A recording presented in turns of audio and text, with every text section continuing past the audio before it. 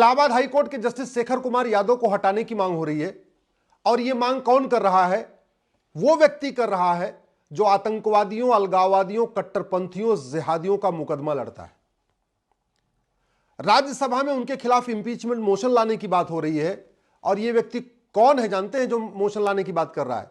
जो पीएफआई का मुकदमा लड़ता है, सिमी का मुकदमा लड़ता है, आतंकवादियों का मुकदमा लड़ता है। एक नेता ने भी भारत के मुख्य न्यायाधीश को चिट्ठी लिखी है, वो कह रही है इनको हटाया जाए।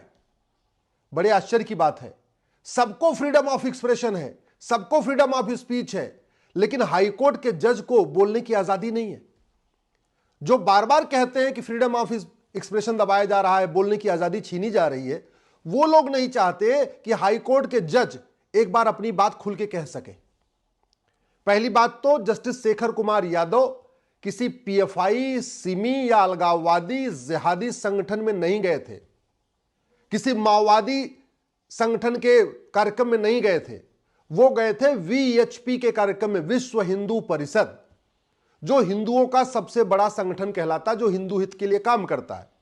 और सुप्रीम कोर्ट की संविधान पीठ कह चुकी है Hinduism is not a religion, Hinduism is a way of life. In fact हमारी पिछले साल हमारी एक याचिका थी जिसमें मैंने भारत में नेमिंग कमीशन लागू करने की मांग किया था। उसमें ही जस्टिस दो जजों की बेंच ने कहा था, justice K M. Joseph, justice Nagarathna की बेंच ने कहा था Hinduism is a way of life. अगर Hinduism is a way of life है तो हिंदुओं के लिए कार्य करने वाला संगठन विश्व हिंदू परिषद के कार्यक्रम में किसी जज का जाना यह गलत कैसे हो गया? सुप्रीम कोर्ट कहे Hinduism is a way of life तब तो ठीक है, लेकिन जस्टिस शेखर कुमार यादव यही बात कह दे तो गलत हो गया। दूसरी बात, जस्टिस शेखर कुमार यादव ने कहा यूसीसी लागू होना चाहिए, मजहब के आधार पर सारे नियम कानून खत्म होने चाहिए। अरे संविधान का आर्टिकल 13 यही कहता है। आर्टिकल 13 कहता है देश आजाद हो चुका है, देश सोवरिन हो चुका है, देश संप्रभु हो चुका है। भारत में जितने भी 1950 से पहले मजहब के आधार पर नियम कानून है, भेदभाव करने वाले कानून है, वो खत्म होने चाहिए। आर्टिकल 13 यही कहता है। तो जस्टिस शेखर कुमार यादव ने वही बात कही जो आर्टिकल 13 कहता है, तो उन्होंने गलत क्या कह दिया? जस्टिस शेखर कुमार यादव ने यह कहा कि समान नागरिक संहिता लागू होनी चाहिए। 1948 पे इस पे चर्चा हो चुकी है, संविधान सभा में खूब चर्चा हो चुकी है। बाबा साहब अंबेडकर ने कहा कि हां यूसीसी होना चाहिए, और वही बात जब जस्टिस शेखर कुमार यादव कह रहे तो गलत हो गए। मतलब गजब का पाखंड चल रहा है भाई इस देश में। एक बात और कही जस्टिस शेखर कुमार यादव ने कि देश बहुसंख्यकों की इच्छा पे चलेगा। वो तो चलता रहा है, पहले भी चल रहा था, आज भी चल रहा है, आगे भी चलेगा। अरे सारी पॉलिटिकल पार्टियां चुनाव के पहले एक मैनिफेस्टो बनाती हैं, उस मैनिफेस्टो में अपने कार्यक्रम लिखती हैं, हम क्या करेंगे क्या करेंगे क्या करेंगे।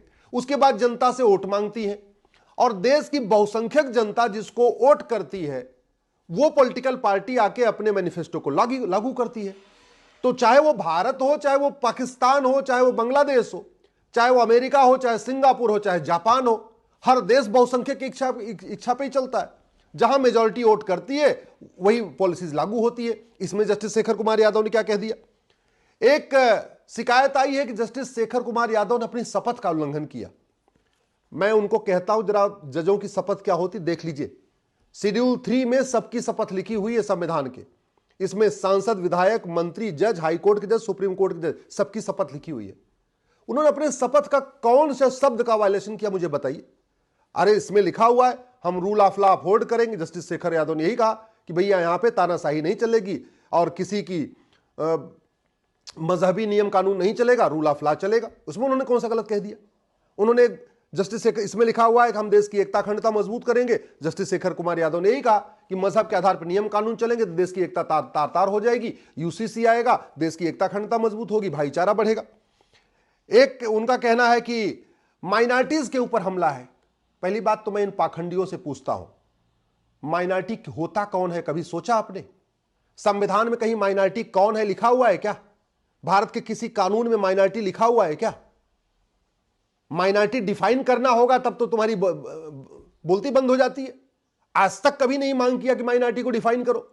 यूएन कहता है एनी ग्रुप और community which is socially, economically, politically non dominant and inferior in population less than 1%, जो 1% से कम होता है उसको माइनॉरिटी कहते हैं। और एक तरफ संविधान में तुम सेकुलर शब्द भी चाहते हो और दूसरी तरफ माइनॉरिटीज के लिए अलग से योजनाएं भी चाहते हो।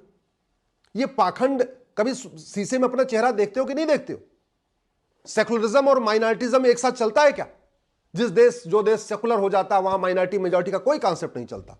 और भारत में तो वैसे भी संविधान के प्रियम्बल में कभी सेकुलर शब्द जोड़ा ही नहीं गया था। इमरजेंसी के दौरान जोड़ा गया, आपातकाल में जोड़ा गया, तब जोड़ा गया जब लोकसभा का टेन्योर खत्म हो गया था, तब जोड़ा गया सारे लीडर ऑफ अपोजिशन जेल में थे या तो विदेश चले गए थे, तब जोड़ा गया जब मीडिया का बिजली पानी का कनेक्शन कटा हुआ था।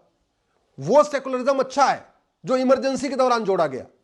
लेकिन जस्टिस शेखर कुमार यादव कह दें कि वास्तव में सेकुलरिज्म होना चाहिए, मजहब के आधार पर नियम कानून बंद होने चाहिए, तो क्या गलत कह दिए?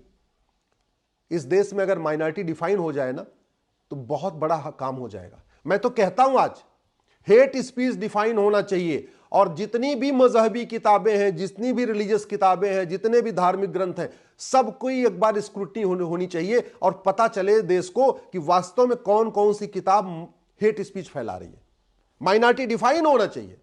इस देश में पारसी, यहूदी, बहाई के अलावा कोई माइनॉरिटी नहीं है।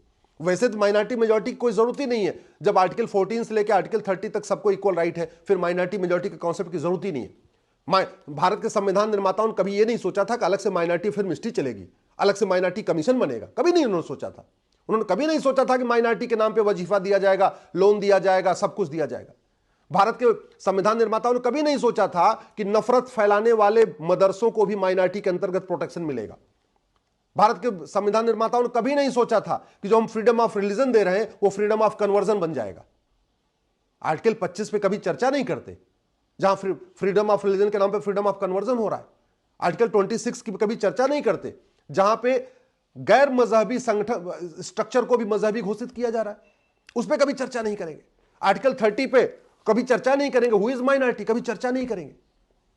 और मुझे एक चीज बताओ, कम से कम ऐसे लोगों को जस्टिस शेखर कुमार यादव के खिलाफ बोलने की बिल्कुल छूट नहीं मिलनी चाहिए जो जिहादियों का मुकदमा लड़ते हैं, आतंकवादियों का मुकदमा लड़ते हैं, अलगाववादियों का मुकदमा लड़ते हैं, नक्सलियों का मुकदमा लड़ते हैं, कट्टरपंथियों का मुकदमा लड़ते हैं।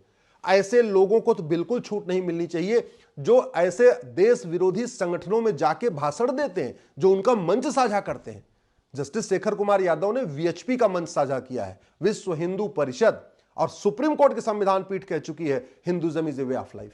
तो और कम से कम उन लोगों को तो बिल्कुल इसकी इजाजत नहीं मिलनी चाहिए जो वेतन लेते हैं सांसद का, भत्ता लेते हैं सांसद का, free air ticket, free rail ticket सांसद का, नौकर चाकर सिक्योरिटी जनता के टैक्स के पैसे से, लेकिन संसद में नहीं जाते, सुप्रीम कोर्ट में वकालत करते हैं। मैं तो माननीय सुप्रीम कोर्ट के चीफ जस्टिस ऑफ इंडिया से रिक्वेस्ट करता हूं, आप इस बात को गंभीरता के साथ सोचिए कि जब एक कोर्ट मास्टर भी वकालत नहीं कर सकता, एक लॉ का प्रोफेसर वकालत नहीं कर सकता, एक प्राइवेट फैक्ट्री में काम करने वाला वकालत नहीं कर सकता, तो ये सांसद विधायक वकालत कैसे कर सकते हैं? जो उन सांसदों विधायकों को वेतन भत्ता, गाड़ी बंगला कानून बनाने के लिए मिलता है, संसद में रहने के लिए मिलता है, वो संसद में बंक मारते हैं, संसद में नहीं जाते हैं, संसद का सत्र चल रहा होता है और सुप्रीम कोर्ट में बहस करते रहते हैं। वो संसद के द्वारा बनाए गए कानूनों को आके सुप्रीम कोर्ट में चैलेंज करते रहते हैं। ये कॉन्फ्लिक्ट ऑफ इंटरेस्ट नहीं है क्या? कहां गया separation of power? Separation of power तो तार तार हो रहा है, प्रतिदिन सुप्रीम कोर्ट के सामने तार तार हो रहा है, जब सांसद विधायक जिनको संसद में होना चाहिए, जिनको विधानसभा में होना चाहिए, जिनको लोकसभा राज्यसभा में आना चाहिए होना चाहिए, वो आके सुप्रीम कोर्ट में बैठ जाते हैं। ये इस पे माननीय जजों को सोचना पड़ेगा। ऐसे लोग जो बाकायदा सांसद विधायक हैं वकालत कैसे करेंगे? मैं फिर से कह रहा हूं, जस्टिस शेखर कुमार यादव ने क्या कहा है इस पर गंभीरता के साथ चर्चा होनी चाहिए। आप उनकी जबान नहीं काट सकते, आप उनको इस तरीके से डिमोलिश नहीं कर सकते, आप उनका फ्रीडम ऑफ स्पीच नहीं छीन सकते। वो जज हैं तो क्या उनको बोलने की आजादी नहीं है क्या? और उन्होंने जो कुछ बोला है वो सब संविधान में लिखा हुआ है। उन्होंने कहा मजहब के आधार पर नियम कानून खत्म करो, आर्टिकल 13 कहता है। उन्होंने कहा यूसीसी लागू करो, आर्टिकल 44 कहता है। उन्होंने कट्टरपंथ खत्म होना चाहिए, संविधान कहता है देश की एकता अखंडता मजबूत होनी चाहिए। उन्होंने कहा बहुसंख्यक के आधार पर देश चलेगा, बहुसंख्यक जो चाहेंगे वो चलेगा। वो तो पूरी दुनिया बहुसंख्यक के आधार पर चलती है, ये भारत में कौन सा नया अजूबा हो गया? I support justice Shekhar Kumar Yadav, I support justice Shekhar Kumar Yadav. मैं आपसे भी आग्रह करता हूं, अगर आपको मेरी बात ठीक लग रही हो तो आप भी हैशटैग यूज करिए, I support justice Shekhar Kumar Yadav, और इस वीडियो को अधिक से अधिक शेयर करिए।